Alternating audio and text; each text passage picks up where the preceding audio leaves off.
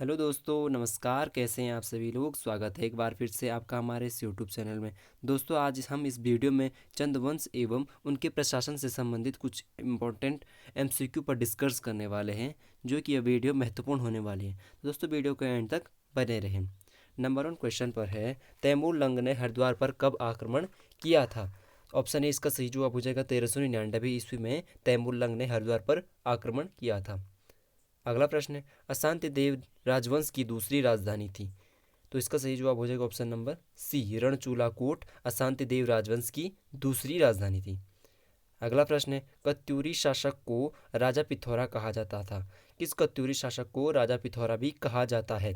तो इसका सही जवाब हो जाएगा ऑप्शन नंबर ए, प्रीतम देव को राजा पिथौरा भी कहा जाता है। अगला प्रश्न है, नेपाल शासक अशोक चल ने कत्यूरी राज्य के किस भाग पर अधिकार किया था? तो इसका सही जवाब हो जाएगा ऑप्शन नंबर बी, 1191 ईस्वी में कत्यूरी राज्य के भाग पर 1191 ईस्वी में नेपाल के शासक अशोक चल्ल ने शासन किया था, अधिकार किया था।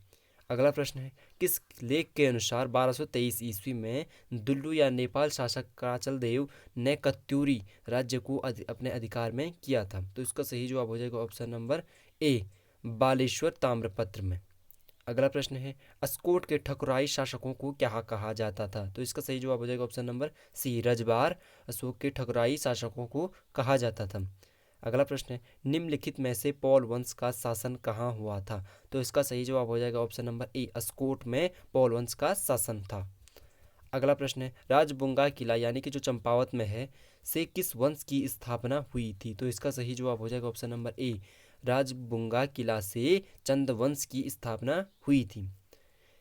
अगला क्वेश्चन है, किस ताम्रपत्र का संबंध चंद शासकों के करों से है? तो इसका सही जवाब हो जाएगा ऑप्शन नंबर बी, मूनाकूट ताम्रपत्र का संबंध चंद शासकों से है।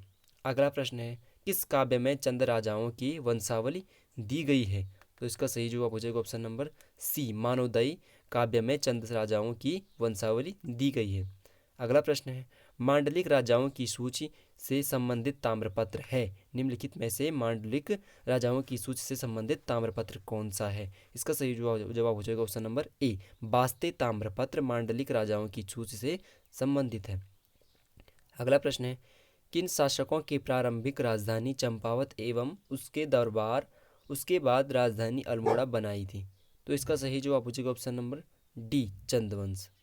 अगला प्रश्न है, काली कुमाऊं किस जनपद में या फिर किस जनपद का नाम है? तो इसका सही जवाब हो जाएगा ऑप्शन नंबर बी, चंपावत का काली कुमाऊं नाम है। अगला प्रश्न है, चंद शासकों की प्रारंभिक राजधानी किस नदी के तट पर थी? तो इसका सही जवाब हो जाएगा ऑप्शन नंबर ए, चंपावती नदी के तट पर। अगला प्रश्न है, निम्नलिखित में से चंद वंश का संस्थापक किसे माना जाता है? तो इसका सही जवाब हो जाएगा ऑप्शन नंबर बी, सोमचंद को चंद वंश का संस्थापक माना जाता है। अगला प्रश्न है, राजबुंगा किले का निर्माण किस चंद शासक द्वारा कराया गया?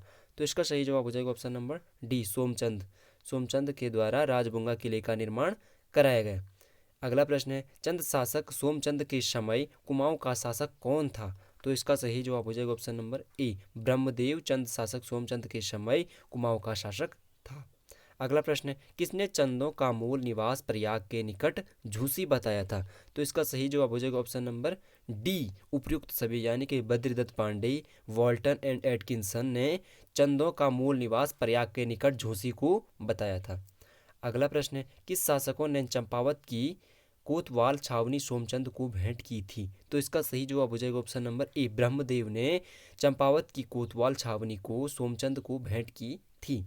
अगला प्रश्न है, कार की बोरा तड़ागी चौधरी किलेदारों की नियुक्ति करने वाला चंद शासक कौन था? तो इसका सही जवाब हो जाएगा option number C, Somchand Karki, Bora, Tadagi और चौधरी किलेदारों की नियुक्ति करने वाला पहला चंद शासक था। अगला आ जाएगा, मेहरा एवं फर्त्यालों को मंत्री एवं सेनापति किस चंद शासक ने बनवाई? तो इसका सही जवाब हो जाएगा ऑप्शन नंबर बी, सोमचंद के द्वारा। अगला प्रश्न है, ग्रामों में शयानों एवं बूढ़ों की नियुक्ति की थी? इसका सही जवाब हो जाएगा ऑप्शन नंबर ए, सोमचंद ने ही सयानों एवं बूढ़ों की नियुक्ति भी की थी। अगला प्रश्न है, सोमचंद का उत्तराधिकारी किस चंद शासक था या फिर कौन चंद शासक था? तो इसका सही जवाब हो जाएगा ऑप्शन नंबर डी, आत्मचंद सोमचंद का उत्तराधिकारी था। अगला प्रश्न है, निम्नलिखित में से रेखा किसे कहा जाता था? तो इसका सही जवाब हो जाएगा ऑप्शन नंबर ए, डोटी राजाओं को पहले रेखा भी कहा जाता था।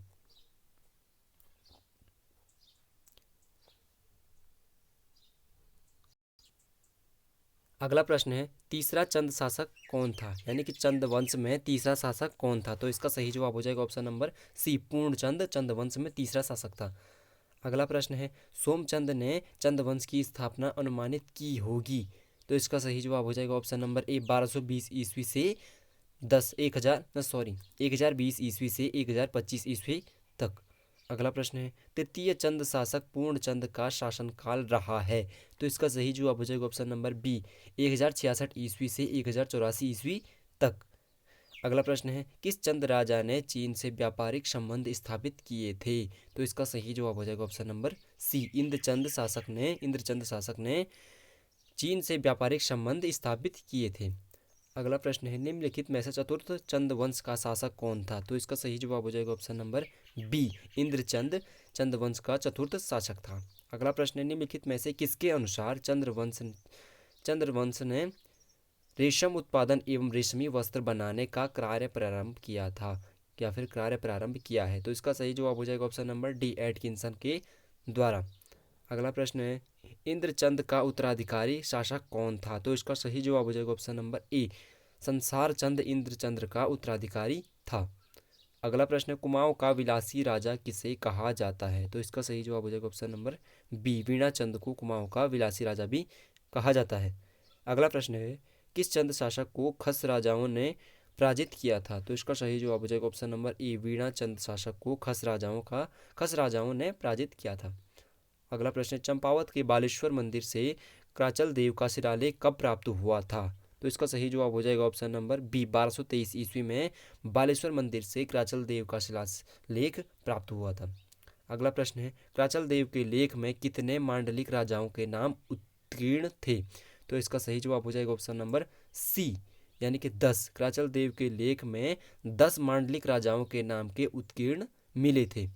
अगला प्रश्न है, थोहर चंद का संबंध किस वंश से है? तो इसका सही जवाब हो जाएगा ऑप्शन नंबर ए, चंद वंश से संबंधित है थोहर चंद। अगला प्रश्न है, रिपोर्ट ऑन कुमाऊं एवं गढ़वाल के लेखक डब्ल्यू फ्रेजर ने हर्षदेव जोशी के वितरण के आधार पर चंद वंश का शासक किसे माना है? तो इसका सही जवाब हो जाएगा ऑप्शन नंबर बी, थोहर चंद को। अगला प्रश्न है, कुमाऊं का प्रथम स्वतंत्र सेनानी कौन था या फिर स्वतंत्र शासक कौन था हर्षदेव जोशी के अनुसार? तो इसका सही जवाब हो जाएगा ऑप्शन नंबर सी, थोहर चंद। अगला प्रश्न है, थोहर चंद का उत्तराधिकारी शासक कौन था? तो इसका सही जवाब हो जाएगा ऑप्शन नंबर ए, कल्याण चंद प्रथम थोहर चंद का प्रथम उत्तराधिकारी था। अगला प्रश्न है, प्रथम चंद शासक जिसकी प्रमाणिक सूचना स्वयं के अभिलेखों से मिलती है? तो इसका सही जवाब हो जाएगा ऑप्शन नंबर बी, अभय चंद। अगला प्रश्न है, चंद वंश का 29वां शासक ज्ञानचंद का शासन काल क्या था? तो इसका सही जवाब हो जाएगा ऑप्शन नंबर सी, 1365 ईस्वी से 1420 ईस्वी तक। पहला चंद शासक या फिर अगला प्रश्न है, पहला चंद शासक जो दिल्ली दरबार में गया था वह कौन था? तो इसका सही जवाब हो जाएगा option number B, Garud Gyanchand. अगला प्रश्न है, दिल्ली सल्तनत के किस शासक ने ज्ञानचंद को गरुड़ की उपाधि प्रदान की थी? तो इसका सही जवाब हो जाएगा option number A, Firoz Shah Tughlaq ने दिल्ली सल्तनत के शासक ने ज्ञानचंद को गरुड़ की उपाधि प्रदान की थी।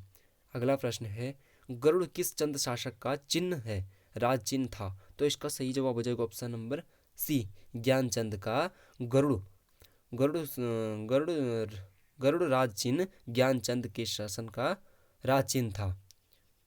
अगला प्रश्न है, गोबासा ताम्रपत्र का संबंध किससे है? तो इसका सही जवाब हो जाएगा option number A, Garud Gyanchand से गोबासा ताम्रपत्र का संबंध है। अगला प्रश्न है, कुमाऊं इतिहास में पांडवों के लिए प्रसिद्ध चंद शासक कौन था? तो इसका सही जवाब हो जाएगा ऑप्शन नंबर बी, भारती चंद। अगला प्रश्न है, डोडी की दास्ता से छुटकारा पाने के लिए किसने डोटी राज्य पर आक्रमण किया था? तो इसका सही जवाब हो जाएगा ऑप्शन नंबर सी, भारती चंद ने।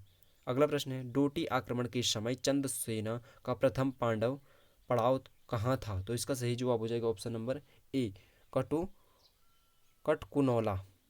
अगला प्रश्न है, डोडी आक्रमण के समय चंद सेना का प्रथम पड़ाव कहाँ था? तो इसका सही जवाब हो जाएगा ऑप्शन नंबर ए, कटकुनौला है।